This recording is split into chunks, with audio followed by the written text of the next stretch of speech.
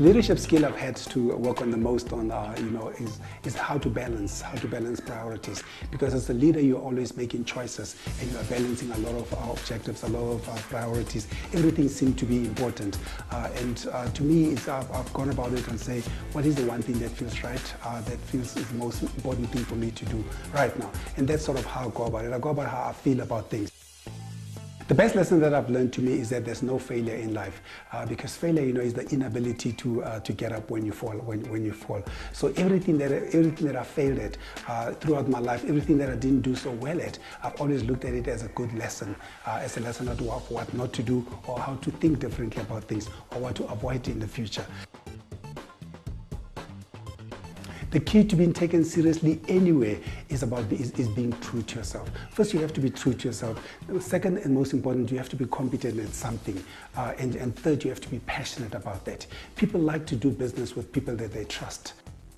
In the future, I want to be doing the things that I'm passionate about. I want to be one of those people that past my time, people will reference and say, that was somebody who believed in our continent. That was somebody who believed in our country. That was somebody who contributed to where we are today. And that's where I want to be.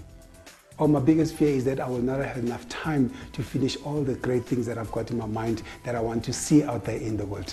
I guess it's everybody else's fear, but I don't really fear it so much because I believe that at least if I start the step, somebody will pick up where I left off. I don't particularly have a mentor, but I learn from everybody in life because, I am an individual and they are individuals as well. I do not want to be a replica of anybody. What I do want to be, I want to be the best of everything that I've learned from everywhere.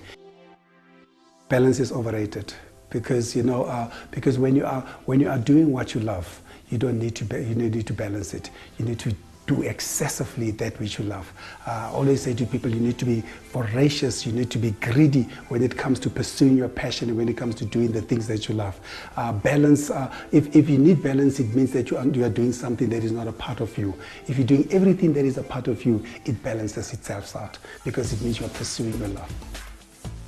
There's a quote by Freya Stahl that says, if the things that you do are different from the things that you believe in, you will never ever be happy. And I try to find that congruence in my life. I try to find that consistency in my life. I want to be the same person whether I'm at home, whether I'm at work, or whether I'm at play. Because that's what true joy is. That's what passion is about. That's what success is about. Most people that know me now. And the one thing they don't know about me is that I'm a singer.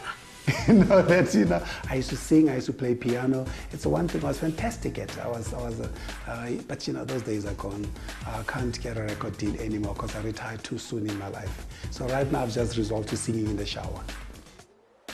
The most important characteristic or trait that a person in the public space must have has to be integrity, has to be congruence, has to be being true to yourself. Because if you're true to yourself, you never ever have to trap yourself, you never ever get caught off guard because you're always doing you.